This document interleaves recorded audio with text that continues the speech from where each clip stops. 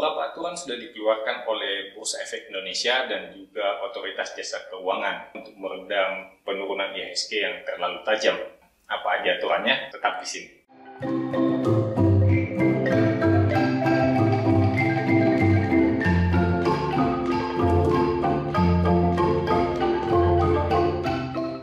Salam jumpa Bapak Ibu traders sekalian.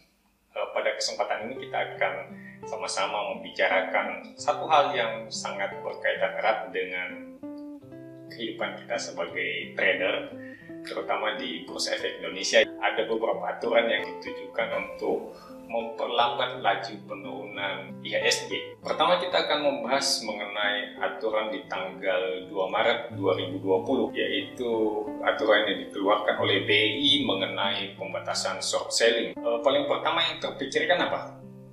Selama ini di Bursa Efek Indonesia boleh dong short sell. Kok kita retail nggak bisa ya? Apa itu short sell? Short sell itu istilahnya jual kosong. Walaupun ini bisa diterapkan atau ya bisa berlaku di bursa kita, tapi cara ini tidak akan pernah boleh dilakukan oleh kawan-kawan yang menggunakan akun syariah. Siapa saja yang boleh melakukan short sell itu ada kriterianya. Nggak sembarang pihak yang boleh bertransaksi short sell, terutama retail receh kayak kita ini yang nggak boleh lah, ada batas minimum dananya. Apa itu short sell? Short sell itu adalah kebalikan dari yang biasa kita lakukan selama ini. Kalau selama ini kita harus membeli saham dahulu, jadi kita udah punya sahamnya, baru kita boleh jualan. Kalau di short sell kita nggak punya sahamnya. Katakanlah saya belum punya saham TLKM, tapi karena saya lihat TLKM akan meluncur turun, maka saya jual duluan. Lalu pada saat analisa saya terbukti bahwa TLKM ternyata turun, baru saya melakukan pembelian untuk menutupi barang yang saya jual sebelumnya. Nah, kira-kira seperti itulah short sell. Short sell ini banyak dipraktekkan di forex ya, untuk transaksi mata uang atau juga komoditi kayaknya masih boleh. Hanya di Bursa Efek Indonesia ini aja lah yang sering saya sebut sebagai pasarnya satu arah. Kita hanya boleh melakukan pembelian dahulu, kemudian mengharapkan keuntungan pada saat harga naik. Makanya saya sering menekankan kita untuk selalu mengidentifikasi uptrend, karena memang pasar kita hanya memungkinkan mendapatkan untung dengan melakukan atau dengan mengikuti uptrend. Aturan ini juga sudah pernah berlaku di tahun 2008. Diharapkan tidak ada trader yang menunggangi tren turun ini. Maksudnya ya kalau dia turun jangan ditambah-tambahin lagi. Jangan kemudian karena kita melihat turun kemudian kita rame-rame ikutan short, kita jualan. Ya harganya tambah volatile, dia lebih mudah turunnya. Di tahun 2020 ini kembali diberlakukan. Lalu aturan tanggal 9 Maret. Jadi 9 Maret itu ada keluar peraturan baru. Seminggu setelah peraturan mengenai short sell, OJK mengeluarkan aturan untuk buyback. Jadi buyback itu boleh dilakukan oleh emiten tanpa melalui RUPS. Jadi prosedur untuk melakukan buyback itu lebih dipermudah. Diharapkan emiten-emiten yang ada di bursa kita itu mau melakukan buyback sehingga harga tidak lanjut turun. Begitu ceritanya. Tapi persyaratannya ada, cukup ketat saya rasa, yaitu pembelian maksimal dilakukan 20% dari jumlah modal yang disetor. Jadi nggak boleh membeli sebanyak-banyaknya melebihi 20% dari jumlah modal yang disetor. Lah itu nggak boleh, terlarang.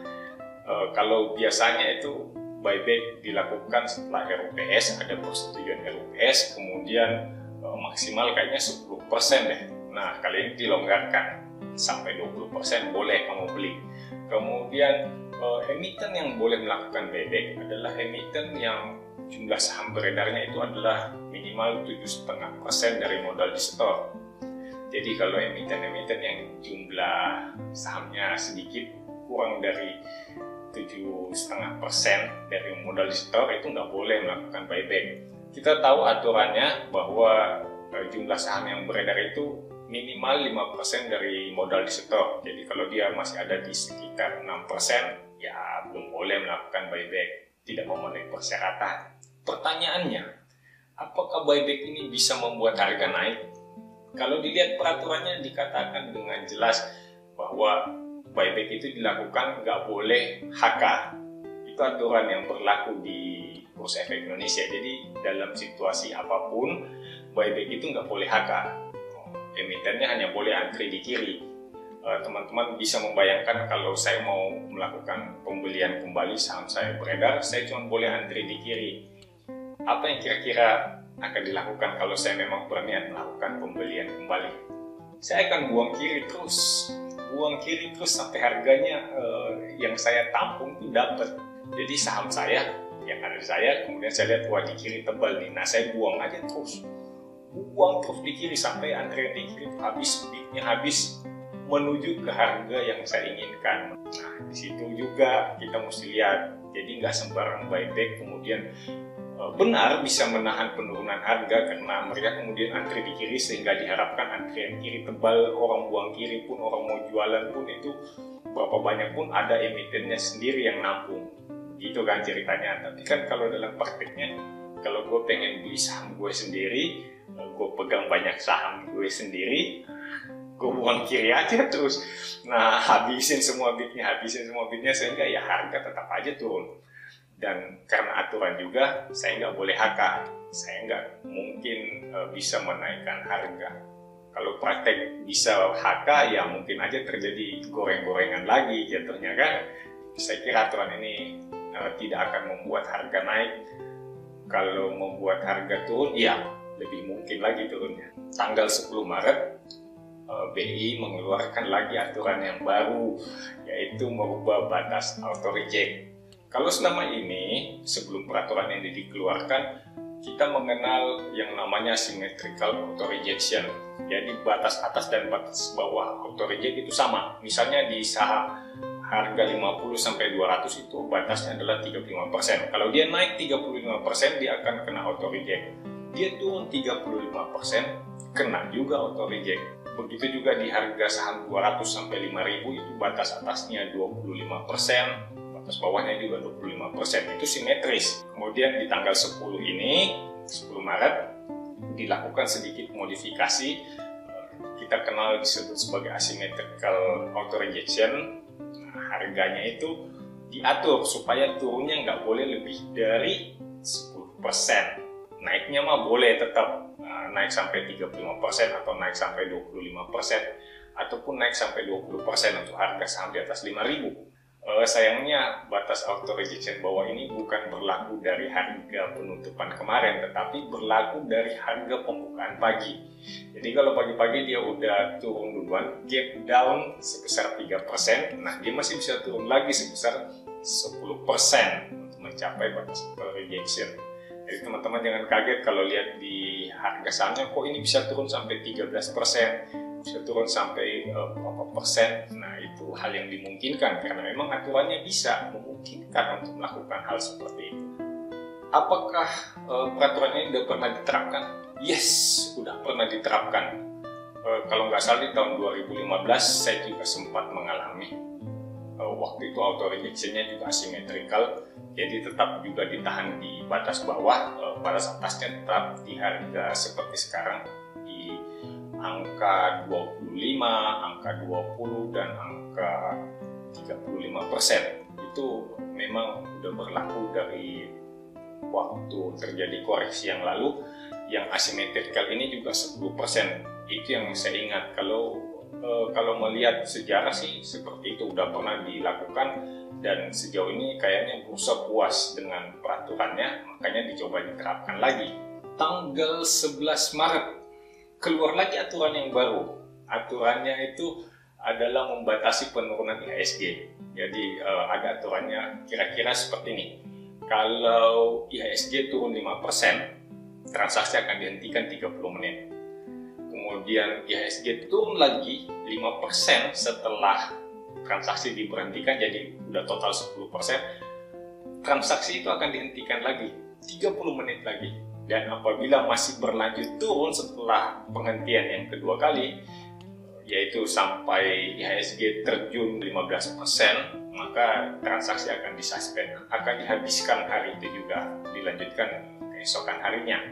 Peraturan ini udah langsung diterapkan di tanggal 12 Maret. Kita tahu sama-sama ya, tanggal 12 Maret jam 15.33 transaksi diberhentikan selama 30 menit dan langsung dibuka udah di pos closing. Jadi waktu dibuka transaksi closingnya itu seperti biasa jam 16.00 sampai dengan 16.15. Kalau IHSG mencapai minus 5% di jam 10 pagi, maka transaksi akan dihentikan sampai dengan pukul 10.30 waktu Indonesia Barat. Kemudian transaksi dilanjutkan lagi sampai penutupan sesi 1. Kalau sesi 2-nya dia masih turun lagi sampai dengan 10%, ya di stop lagi 30 menit. Begitu aja seterusnya sampai dengan dia mencapai minus 15%. Begitu kira-kira penerapan aturannya ya. Apakah aturan ini udah pernah dilakukan? Seingatku belum. Dalam catatan saya itu ada 2 kali penghentian transaksi, tapi itu sifatnya adalah suspend. Jadi bukan cuma dihentikan 30 menit, tapi benar-benar hari itu dihabiskan. Transaksi hari itu dinyatakan selesai, pasar ditutup. Kejadiannya di tahun 2000, waktu itu ada peristiwa bom di Bursa Efek Jakarta. Waktu itu saya masih unyu-unyu, belum terlibat di pasar, jadi saya nggak terlalu tahu detailnya. Terus di tahun 2008 itu adalah kejadian di mana indeks kita terjun sampai dengan lebih dari 10%. Itu juga disuspend. Benar-benar dihabisin hari itu, nggak ada lagi transaksi dilanjutkan di hari perdagangan berikutnya. Aturan paling baru dikeluarkan tanggal 12 Maret 2020, perubahan terhadap peraturan tanggal 10 Maret. Tadinya batas auto rejection itu adalah 10%, di tanggal 12 dirubah menjadi sisa 7%. Jadi kalau teman-teman melihat nanti harga saham turun sampai 7%, dinyatakan auto rejection bawah, ARB dia, nggak boleh lagi ditransaksikan. Seperti itu peraturan di tanggal 12 keluarnya. Kemudian tanggal 12 itu juga ada aturan lain, yaitu tidak ada sesi pre-opening. Sehingga kita akan melihat transaksi itu dimulai jam 9.00, yang biasanya kita mulai jam 8.55 itu udah boleh melakukan transaksi karena udah ada pembentukan harga ya, udah ada harga utama di saham-saham yang terbilang cukup liquid, LQ45 kayaknya. Peraturan lainnya juga di tanggal 12 Maret adalah mengenai penghapusan sesi pre-opening. Jadi tanggal 13 efektifnya itu nggak ada sesi pre-opening. Langsung dibuka seperti biasa jam 9.00. Sesi jam 8.55 sampai dengan 9.00 itu ditiadakan. Teman-teman akan langsung melihat harga bergerak sesuai peraturan yang berlaku tanpa ada pre-opening. Jadi pre-openingnya itu dihapuskan. Apakah ini akan berdampak? Yes, ini akan berdampak. Biasanya pembentukan harga itu pagi-pagi ya. Mereka memasukkan harga semua sehingga terjadi bid dan offernya udah kelihatan. Kemudian kita lanjut di jam 9 udah ada bid dan offer. Seperti itu kan biasanya. Nah sekarang ini dihapuskan. Demikian aturan-aturan yang udah keluar sampai dengan video ini dibuat. Saya belum tahu apakah masih ada lagi perubahan ataupun aturan baru yang akan keluar. Tapi sebagai trader ya teman-teman, selain menghadapi pasar, menghadapi caranya trading, teman-teman juga harus mengikuti aturan yang berlaku. Jadi tetap update aturan apa yang berlaku di pasar kita. Apakah peraturan ini bisa menahan laju penurunan IHSG? Untuk sementara waktu saya kira ya, hanya menahan ya, tapi tidak merubah arah tren. Jadi aturan-aturan ini saya kira sifatnya hanya untuk menahan supaya jangan turun terlalu cepat. Kalau ibaratnya ya lo mau mati sih boleh, tapi pelan-pelan dong, jangan langsung mati sekalian. Jadi kalau ada trader yang turunnya kecil-kecil santai aja, nah itu calon-calon diiris, disuir-suir dia pelan-pelan aja, dicabutin bulunya satu-satu. Kalau masih ada tambahan jangan lupa langsung saja tulis di kolom komentar, atau ada pertanyaan juga silahkan langsung aja tulis di komentar. Saya yakin update ini belum akan selesai. Teman-teman mungkin akan melihat lagi ada peraturan baru yang keluar atau mungkin ada perubahan. Langsung tulis di kolom komentar kapanpun teman-teman ingin bertanya. Sebisa mungkin saya akan tetap cek video ini supaya saya bisa menjawab kalau ada update atau ada pertanyaan dari teman-teman semuanya. Kalau orang lagi panik ada segerombolan manusia yang sedang panik, mereka akan melakukan apapun untuk menghilangkan atau untuk mengatasi rasa takutnya. Caranya apa?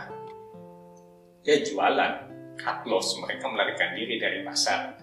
Dan itulah yang akan terjadi. Pasar itu memang lebay. Ada gejolak dikit, langsung terjadi kepanikan. Makanya teman-teman harus tetap tenang, tetap berpikir jernih. Kalau memang mesti kabur, ya kabur gitu loh. Kalau dilihat ya sebenarnya oke-oke aja, ya teman-teman stay aja. Gak usah langsung ikut-ikutan kerumunan. Mereka lari juga nggak tahu mau lari kemana kok. Kalau teman-teman tetap tenang-tenang, bisa berpikir jernih, ya mungkin ini adalah saat yang tepat. Atau paling nggak kita menunggu saat yang tepat untuk mulai entry di pasar. Tetap tenang, tetap semangat, salam cuan untuk kita semua.